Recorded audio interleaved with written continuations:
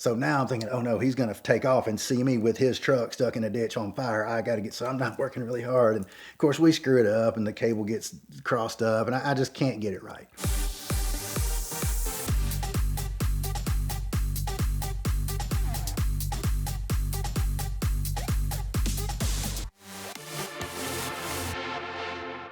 So I've been very fortunate to have some wonderful people in my life, including my two granddads. They both are largely responsible for instilling my love of cars and engines and everything that goes. And I have years worth of wonderful stories about them both. But these are a couple of stories about my granddad Denny I want to share. My granddad Denny was a stunt pilot, just a cool guy. He was like Steve McQueen. I thought he was the coolest dude in the world. And my family had had a sort of a semi barnstorming act years and years back, early century. And over the years, they had done different stunts and things like that. And after World War II, they'd bought a bunch of Stearman biplanes. They were trainer planes for World War II. The Stearman was too late for World War I and obsolete by World War II, but it made a great trainer plane. So after the war, they were selling them off for like $100 a piece, I think. So my family bought 9 of them, as the story goes. And over the years, they flew them, crashed them, stunted them, parted them out, leased them out for crop dust and whatnot. And after years and years, they were all just wrecked and in my great grandmother's barn. And as kids, we'd go and play in them. I'd get one, my cousin getting the other one. We'd sit in the fuselage. They were all just in parts and stacked up. Well, in the early 1980s, my granddad decided he was going to use all the parts to make one good plane out of all of them. So we drug them out of the barn and put them together. And over the years, my uncle and I, we helped him, make parts and sand things. And he eventually put one plane back together from these 9. It was beautiful. It was amazing. It was a Stearman PT-17 biplane, open cockpit. Oh, it's the coolest plane in the world. We flew this plane, went to air shows, just had such a good time. I'd learned to fly in another plane he'd had, another little small ex-military plane. And just had some wonderful days. My granddad, though, was just an amazing man. He could fix anything, he'd do anything. And, we'd get the airplane out on the weekends. We'd be so excited. We'd get out and roll it out and, uncover the pitted tube and do all the pre-flight checks. And we'd get in the plane and he'd get up in the front. And, you had to kind of turn the prop over. It had a big radial engine on it. Turn the prop over a few times, get it primed up. And then I thought he was the bravest guy in the world because he'd take it and he'd just give it a big spin and it would just start up, and it'd smoke and the whole plane would shake. It was such an exciting time. Then he'd get in the plane. We had, of course, like the leather helmets with the goggles and the scarf and everything, and it was such a big time. But he would quite often forget to take the wheel chocks off the tires. And of course, he's in the plane and, he's got everything going on. So we're in 2 different cockpits. He'd yell up, get out and pull the wheel chocks out.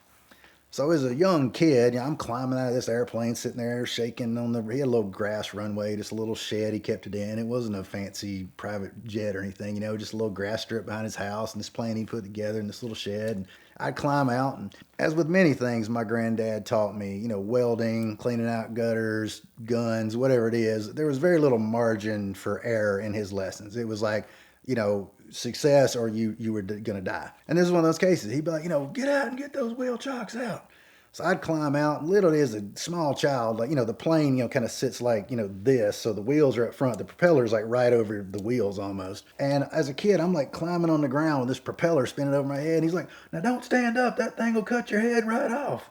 And I'm, climbing, pulling these wheel chocks out. And I've done this many times at this point, but you're out there with a 12-year-old climbing around under a spinning airplane propeller just to make sure he didn't just, I got him, and stand up. So anyway, it was quite a steep learning curve, but it always worked out. And we'd go fly and have a big day. My very best friend lived not too far away from my granddad. And when he would take off, he would always, take off and circle around and come right over to my friend's house. Well, then living in a small town, all of us, we all know everybody around us. We all go to church and go to work with all our neighbors and people like that. And I was trying to make some extra money, raking leaves, cleaning gutters, whatever I could do to make some extra money to go on a date between my pizza delivery job and farm work and painting signs and doing billboards and whatever thing I could do to make money. The lady next door to my best friend had a big old yard, and her husband had passed away, and there were a lot of leaves there. And I'd gone and knocked on her door one day and said, Miss Doball, I noticed you got a lot of leaves out here. Can I rake them up for you, make a little bit of money? She said, absolutely, that'd be great. So I'd gone to my granddad's and borrowed his pickup truck, his old 60 Chevy truck. And I'd borrowed the truck, and my plan was I was going to lay out a big tarp and then rake all the leaves onto the tarp, then drag the tarp with the truck over to this ditch along the road, and then, I'd roll the leaves into the ditch and just burn the leaves off in the ditch as we're going. So I get a little fire going in the ditch and I'm dumping leaves, and it's just a smoldering fire. It's nothing big and raging, but I'm going around. I've made about 4 or 5 laps, and each time the farther away I am from the ditch, it's that much more work to roll the leaves over. So I'm getting a little closer each time to the ditch with the truck. Now I finally got this idea. I'm like, if I kind of cut the corner, I bet that tarp will just dump those leaves right into the fire. So I do it, and I'm 16 years old, I think. So I'm driving the truck, and I did a good job of making the turn, but I was so close to the edge of the ditch that little steep bit of dirt just finally gave way, and the whole truck and everything just falls into the ditch. Now, the truck did not fall into the fire, but the truck, pretty steeply fell down into the ditch, didn't turn over or anything like that. But, I'm sitting there on the hill. Now I'm like, uh-oh, I'm trying to get the truck out. The truck's not getting out of the ditch. I'm stuck. Well, the fire, which I have now started, is, and again, this is not like it's not like the beginning of Bambi. This is not a raging inferno, but there's a fairly decent smoldering fire working my way towards this truck. And so I get the tarp out of the way and dump the leaves, of course, which now makes the fire bigger. I'm getting a little frantic, but again, it's not like an emergency. It's just getting there. So I'm thinking, what can I do? So my best friend who lived next door, I run up the road to his house, and of course his dad was like most dads out in the country. He had chains and straps, that kind of stuff. And so I got we call it a come along. It's like a hand winch, with a little spool on each end. So I grabbed that, and my friend follows me. We run down there. So we hooked that to a tree. We hooked it in front of the truck, and I'm cranking it. And the truck started to come out, get some success, but it didn't have enough strap on, didn't have enough cable on the thing. So we reconfigure it, let the truck back down the ditch, hook it to a closer tree. Now we're working again, cranking. Fire's getting closer, and I'm cranking. So my friend's like, wait, stop. I hear your granddad's plane cranking up. Of course, I'd lived a little further out, but my friend living right next door to my granddad knew the sound of that airplane cranking up, and it's a very distinctive, radial engine. It's the same engine that was in the airboat, in the airboat story that the old guy had.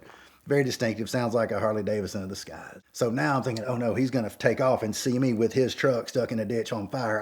So I'm not working really hard. And of course, we screw it up, and the cable gets crossed up, and I just can't get it right. So sure enough, I see the plane top the trees, and he circles around, and normally he would circle around and fly on out into the valley. But he circles around, and of course, then I immediately, he's in a few hundred feet off the ground. I see his head turn, and he banks, and he does about 2 circles around. I know he's caught me. I'm like, oh, I'm in trouble now. So now I'm frantic. I'm just trying to get this thing out of here before he gets back. But I see him go back around and land, and it's not 5 minutes later. He comes pulling up on the tractor, and my granddad was a kind, wonderful man, but he was, a serious guy, and he didn't waste a lot of words. And sure enough, here he comes down the road on his tractor, and we're standing there kind of sheepishly. Fire's getting closer to the truck. It's just about to the tailgate. Straps hung on the front. I unhook the strap, and I'm trying to configure it, and he goes right past us on the tractor, gets out, just hooks a chain to the tractor, hooks a chain to the truck, throws the tractor in gear, yanks the truck right out of the ditch, throws the chain in the back of the truck, does a U-turn, pulls up, just stops for a second, kind of looking ahead. And then he just turns his head and he goes, boy, you could fall in a bucket of ice cream and still come out smelling like shit. And then just chirps the tractor tires and drives on home. And that's the last I ever heard of it. But that was just one of those funny anecdotes with my granddad. But one of the craziest things that ever happened with he and I, as I progressed into my teenage years and my flying skills got a little bit better, we spent more and more time flying. And we were up flying one day. And again, this is an open cockpit biplane. We don't have radios or anything like that. And a tandem airplane like that, the pilot typically sits in the back. You can see out of the sides a little better. You have identical controls front and rear, but the pilot in the rear can see past the wings. It's a little better viewpoint. So I'm in the front, he's in the back. And he would let me fly, and I'd take off and land, do all those kind of things. But he was always there in case I screwed something up. So the routine we normally had, I would be flying along, and whenever he wanted to take back over again, no radios, he would just wag the stick left and right one time. And with a plane like that, it wasn't the most responsive thing. So you could do a pretty big move and nothing would even really happen. So he'd shake the stick and I'd let go and he'd take over and we'd land or he'd fly or whatever it was he wanted to do. So this was early spring. It's one of those like first warm days out. And if you fly a small aircraft at 5,000 feet, 4,000 feet, you get a lot of warm air rising up a lot of the pastures and fields, thermals, and it makes it kind of bumpy. But we were going over into Alabama to go visit a friend of his, and he's doing whatever. I'm flying along, and it's bumpy, and the stick's kind of wobbling around, but I'm doing a pretty good job. I'm keeping my wings level, and we're maintaining altitude. I'm doing a pretty good job, but it's just bumpy, and I'm sure I'm not doing as good a job of recovering as he would. And I guess he finally got fed up with it because it's bumping around, so the stick just kind of thump, thump, thump. I let go, and he takes over. Well, I'm not a stunt pilot, but he had taught me to do a couple of aerobatic moves. I could do a slow roll and a kind of a little bit of a hammerhead turn and a wing over, which is that thing like in the movies when the commercials, you see all the planes on a line up and they all do that cool like roll out thing, and it's a cool move. So the stick bumps and, back left and right, and I let go and he takes over, and we do this slow kind of wing over, and now we're just upside down, and we're just doing like that Top Gun, inverted dive thing, which is cool. And we've done this a lot of times, and we're way up in the air. We got plenty of rooms. I'm just sitting there, looking up at the ground coming up, and I'm just like, man, this is cool. He must know somebody out here. He must be showing off for a friend or something. And I'm just sitting there. It's like, man, this is a long, long dive we're doing. And all of a sudden I can hear him now over the rush of the wind. Nowhere, I can hear him yelling at me from the back seat. What are you doing? And of course, and he grabs a stick, and it wasn't even close. I'm not going to embellish the story. Like, he recovered it and flew out of it. We were never even close to the ground. It wasn't a near miss or anything. But basically, the wind bumping around had just mimicked the motion of him letting go of the stick, or wanting me to let go of the stick, and I let go. And he thought I was just doing a wing over, and I thought he was doing a wing over. And both of us just sitting there in a plane, just smiles on our face, upside down, plummeting out of the sky, just thinking the other one's flying. And again, he recovered. He's an amazing pilot. He recovered it, and it was a funny story later. But anyhow, that was one more fun story about growing up with a granddad that likes things with engines.